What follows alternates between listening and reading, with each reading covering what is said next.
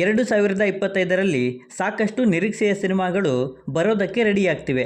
ಅದರಲ್ಲೂ ಕೆಲವು ಸಿನಿಮಾಗಳು ಬಾಕ್ಸ್ ಆಫೀಸಲ್ಲಿ ದೊಡ್ಡ ಗಳಿಕೆಯ ನಿರೀಕ್ಷೆಯನ್ನೇ ಹುಟ್ಟಾಕಿವೆ. ಹಾಗಿದ್ರೆ 2025ರಲ್ಲಿ 100 ಕೋಟಿ ಗಳಿಕೆ ಮಾಡುವಂಥ ಸಿನಿಮಾಗಳು ಯಾವ್ಯಾವಿವೆ ಅನ್ನೋದರ ಬಗ್ಗೆನೇ ಈ ವಿಡಿಯೋ. ಸೊ ಚಾನಲ್ಗೆ ಯಾರೆಲ್ಲ ಹೊಸದಾಗಿ ಎಂಟ್ರಿ ಕೊಟ್ಟಿದ್ದೀರಾ, ಚಾನಲನ್ನು ಸಬ್ಸ್ಕ್ರೈಬ್ ಮಾಡಿಕೊಂಡು ವಿಡಿಯೋ ಇಷ್ಟ ಆದರೆ ಒಂದು ಲೈಕ್ ಕೊಟ್ಟು ವಿಡಿಯೋನ ಕಂಪ್ಲೀಟಾಗಿ ನೋಡಿ. KD the devil. ಪ್ರೇಮ್ಸ್ ಅವರ ಸಿನಿಮಾ ಅಂದರೆ ಹೈಪ್ ಅನ್ನೋದು ಕಾಮನ್. ಆ್ಯಂಡ್ ಆ ವಿಚಾರದಲ್ಲಿ ಆಲ್ರೆಡಿ ಬಂದಿರೋ ಅಪ್ಡೇಟ್ಸ್ಗಳಿಂದ KD ಸಿನಿಮಾ ಹೈಪನ್ನು ಕ್ರಿಯೇಟ್ ಮಾಡಿದೆ.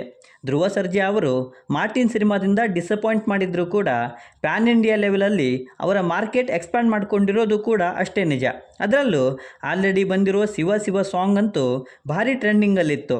ಈವನ್ ಸಿನಿಮಾದ ಆಡಿಯೋನೇ 17.70 ಕೋಟಿಗೆ ಸೇಲ್ ಆಗಿದೆ ಅಂದರೆ ಸಿನಿಮಾದ ಮೇಲಿನ ಎಕ್ಸ್ಪೆಕ್ಟೇಷನ್ಸನ್ನು ಅಂದಾಜು ಮಾಡಬಹುದು.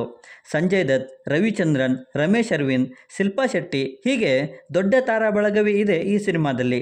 ಇನ್ನು KVN ಪ್ರೊಡಕ್ಷನ್ಸಲ್ಲಿ ಈ ಸಿನಿಮಾ ಬರ್ತಾ ಇರೋದ್ರಿಂದ ಆಬ್ವಿಯಸ್ಲಿ ಸಿನಿಮಾ ಪ್ಯಾನ್ ಇಂಡಿಯಾ ಮಟ್ಟದಲ್ಲಿ ಆರಾಮಾಗಿ 100 ಕೋಟಿ ಕಲೆಕ್ಷನನ್ನು ಮೀರಿಸುತ್ತೆ ಅಂತಲೇ ಹೇಳ್ಬೋದು. 45 ಕನ್ನಡದ 3 ಸ್ಟಾರ್ ನಟರು, ಅದರಲ್ಲೂ ಪ್ರತಿಯೊಬ್ಬರು ಅವರವರ ಸ್ಟೈಲ್ಗೇನೆ ಫೇಮಸ್. ಸೊ ಈ ಮೂವರು ಕೂಡ ಒಂದೇ ಸಿನಿಮಾದಲ್ಲಿ ಅಂದಾಗಲೇ ಎಕ್ಸ್ಪೆಕ್ಟೇಷನ್ ಜಾಸ್ತಿ ಆಗಿದ್ವು. ಮ್ಯೂಸಿಕ್ ಡೈರೆಕ್ಟರ್ ಅರ್ಜುನ್ ಜನ್ಯ ಅವರು ಡೈರೆಕ್ಟ್ ಮಾಡ್ತಾ ಇದ್ದು ಈ ಸಿನಿಮಾದಲ್ಲಿ ಶಿವಣ್ಣ, ರಾಜ್ಬಿ ಶೆಟ್ಟಿ ಮತ್ತು ಉಪೇಂದ್ರ ಅವರು ಮುಖ್ಯ ಪಾತ್ರದಲ್ಲಿ ಕಾಣಿಸಿಕೊಳ್ತಿದ್ದಾರೆ. ಈ ಸಿನಿಮಾ ಕೂಡ ಪ್ಯಾನ್ ಇಂಡಿಯಾ ಲೆವೆಲಲ್ಲಿ ರಿಲೀಸ್ ಆಗ್ತಾ ಇದ್ದು ಈ 3 ಸ್ಟಾರ್ ನಟರಿಗೂ ಪ್ಯಾನ್ ಇಂಡಿಯಾ ಲೆವೆಲಲ್ಲಿ ಅವರದ್ದೇ ಆದಂಥ ಫ್ಯಾನ್ ಬೇಸ್ ಕೂಡ ಇದೆ. ಸೊ ಈ ಸಿನಿಮಾ ಕೂಡ ಬಾಕ್ಸ್ ಆಫೀಸಲ್ಲಿ ಆರಾಮಾಗಿ 100 ಕೋಟಿ ಕಲೆಕ್ಷನ್ ಮಾಡುತ್ತೆ ಅಂತಲೇ ಹೇಳ್ತೀನಿ. ಕಾಂತಾರ ಚಾಪ್ಟರ್ 1.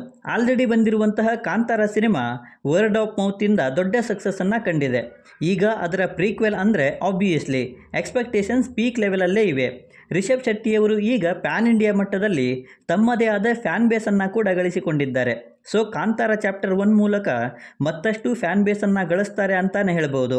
ಇನ್ನು ಕಲೆಕ್ಷನ್ ವಿಚಾರದಲ್ಲಿ ಡೌಟೇ ಇಲ್ಲ, 100 ಕೋಟಿ ದಾಟಿ 1000 ಕೋಟಿ ಕಲೆಕ್ಷನ್ ಮಾಡುವಂಥ ಸಿನಿಮಾ ಕಾಂತಾರ ಚಾಪ್ಟರ್ 1 ಆಗುತ್ತೆ ಅಂತ ಕೂಡ ಹೇಳ್ಬೋದು. ಆ್ಯಂಡ್ ಈ ಸಿನಿಮಾ ಇದೇ ಅಕ್ಟೋಬರ್ 2, 2025ಕ್ಕೆ ರಿಲೀಸ್ ಕೂಡ ಆಗೋದಕ್ಕೆ ರೆಡಿ ಆಗ್ತಿದೆ. ಡೆವಿಲ್. ಬಾಕ್ಸ್ ಆಫೀಸ್ ಸುಲ್ತಾನ ಅಂದರೆ ಆಬ್ವಿಯಸ್ಲಿ ಅದು ಡಿ ಬಾಸ್ ದರ್ಶನ್ ಅವರು. ಆ್ಯಂಡ್ ಅವರ ಸಿನಿಮಾಗಳು ಬಾಕ್ಸ್ ಆಫೀಸನ್ನು ಧೂಳೆಬ್ಬಿಸೋದು ಕೂಡ ಅಷ್ಟೇ ನಿಜ. ಸೊ ಪ್ರಕಾಶ್ ಅವರು ಡೈರೆಕ್ಟ್ ಮಾಡಿ ದರ್ಶನ್ ಹಾಗೂ ರಚನಾ ರೈ ಅವರು ಈ ಸಿನಿಮಾದ ಮುಖ್ಯ ಪಾತ್ರದಲ್ಲಿ ಕಾಣಿಸಿಕೊಳ್ತಿದ್ದಾರೆ. ಸೊ ಈ ಸಿನಿಮಾ ಕೂಡ ಭಾರಿ ಹೈಪನ್ನು ಕ್ರಿಯೇಟ್ ಮಾಡಿದೆ. ಸದ್ಯಕ್ಕೆ ಸಿನಿಮಾದ ಕೆಲಸಗಳು ಭರದಲ್ಲಿ ಸಾಗ್ತಾ ಇದ್ದು ಈ ವರ್ಷವೇ ಈ ಸಿನಿಮಾ ಕೂಡ ರಿಲೀಸ್ ಆಗುತ್ತೆ ಅಂತ ಹೇಳ್ಬೋದು.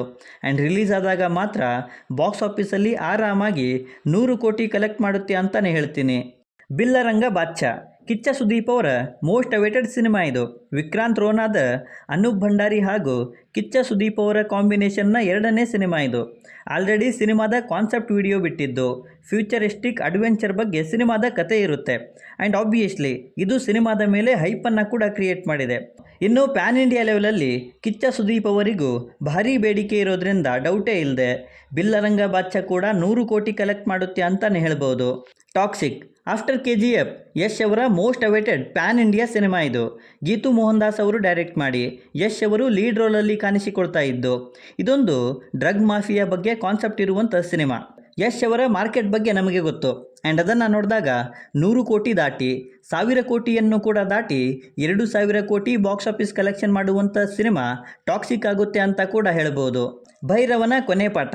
ಇದನ್ನು ಮೆನ್ಷನ್ ಮಾಡೋಕ್ಕೆ ನನಗೆ ಫೋರ್ಸ್ ಮಾಡಿದ್ದು ಅಂದರೆ ಒಂದು ಕಡೆ ಹೇಮಂತ್ ರಾವ್ ಅವರು ಆದರೆ ಇನ್ನೊಂದು ಕಡೆ ಸದ್ಯಕ್ಕೆ ಶಿವಣ್ಣ ಅವರ ಟ್ರೆಂಡ್ ಬೇರೆ ಭಾಷೆಯಲ್ಲಿರೋದು. ಆಲ್ರೆಡಿ ಬಂದಿರುವಂತಹ ಅಪ್ಡೇಟ್ಸ್ಗಳು ಕೂಡ ಸಿನಿಮಾದ ಮೇಲೆ ಎಕ್ಸ್ಪೆಕ್ಟೇಷನ್ಸನ್ನು ಜಾಸ್ತಿ ಮಾಡಿವೆ. ಸೊ ಹೇಮಂತ್ ರಾವ್ ಆ್ಯಂಡ್ ಶಿವಣ್ಣ ಅವರ ಕಾಂಬಿನೇಷನ್ 100 ಕೋಟಿ ಕಲೆಕ್ಷನ್ ಮಾಡುತ್ತೆ ಅನ್ನೋ ಭರವಸೆ ಕೂಡ ಇದೆ. ಆ್ಯಂಡ್ ಹಾಗೆ ಆಗಲಿ ಅನ್ನೋದು ಕೂಡ ನನ್ನ ಆಸೆ.